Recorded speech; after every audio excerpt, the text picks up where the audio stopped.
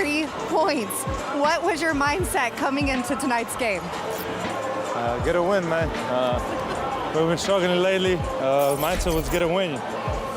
Why is nobody talking about what Luka Doncic has been doing this season? Luka this season has arguably had one of the top statistical seasons in recent NBA history.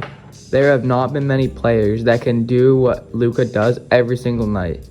Luka is averaging 34 points, 9.8 assists, and 9 rebounds.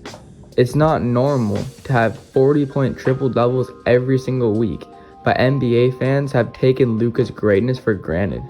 When you think of the best scorers in the league, you have to put Luka Doncic in the conversation. If Luka continues on this pace, this will be the 9th highest scoring season in NBA history, besides Wilt Chamberlain, combined with the fact that he is averaging over 9 assists per game, which is 3rd in the NBA, only behind Trae Young and Tyrese Halliburton. Luka Doncic is one of the best passers and scorers in the entire NBA. This combo is the new wave of players that are one-man offenses. Luka Doncic is not a freak athlete like LeBron James or Giannis, but he still plays at his own pace without getting sped up by faster, more athletic defenders. He uses quick changes of pace to throw off the timing of his defenders and getting them off balance. He likes to go to a split stance when he's attacking off the dribble because as an oversized guard, all he needs is a small window or attack angle to the rim for him to get a step, and once that happens, he is so creative to find a way to finish at the basket. Because of his size, it's easy to bump defenders in the lane. He uses very unorthodox slow steps and pump fakes. Luka's step backs don't allow defenses to sag off of him. If Luka sees his defenders playing the drive, he can easily step back and drain a three. He plays out of a split stance almost every isolation play because he can drive or shoot out of that stance. Defenders have to pick their poison, similar to James Harden in his prime. It is very hard to stop Luka's step backs because of the ability to stop on the dime, and Luka's deceleration allows him to create space off the dribble. He uses his step back going left, and once his defender's momentum is moved towards the basket, he stops, and you won't be able to recover quick enough. Luka's game on offense is very unpredictable. When I watch him, you never know what he will do next, and he always makes the right play.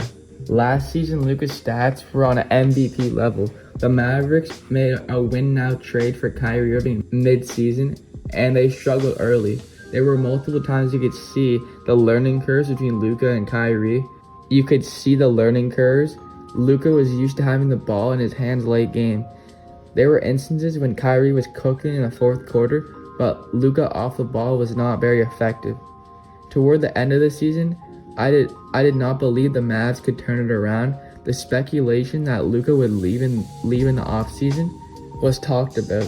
The Mavericks luckily drafted Derek Lively 12th overall with a pick that they would not have had unless they tanked the last game of the season.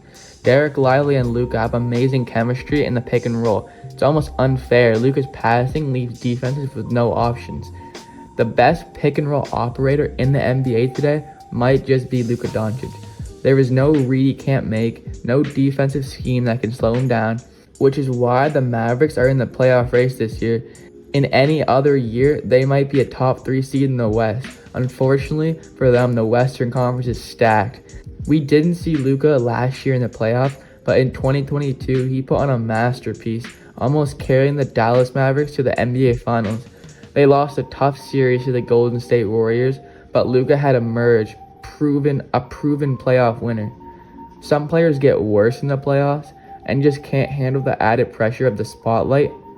Regular season stats are cool, but the question is always, can it lead to wins when it matters most? Luka has proven to the world that he has what it takes. In a Game 7 win or go home against the Phoenix Suns, Luka Doncic has one of the best games of his career. No one thought the Dallas Mavericks would be able to win that series. A lot of people thought that the Suns would win the championship because of their regular season record. They had won over 60 games, but Luka had other plans. Luka averaged 32 points per game that series.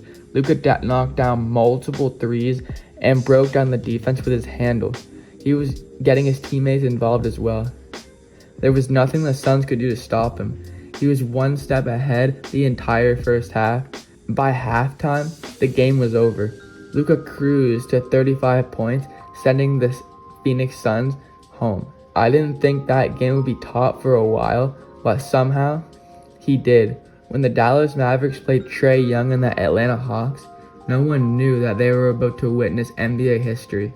Luka began weaving his way to the rim early on in the game off of a pick from Derek Lively. He came with the gate very aggressive. He used the space he was given to knock down a step-back three and was attacking with his signature cross stance the entire game. It was a game where Luka didn't even seem human, and the buckets he was getting made the defense look irrelevant. The definition of making the game look easy is watching Luka Doncic score 73 points. We have never seen a player this slow be this good.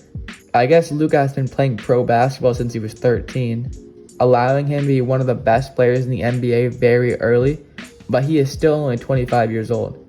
If Luka and Kyrie can complement each other's game along with Derek Lively playing at an elite level, they will be a real threat to win any playoff series that they are in.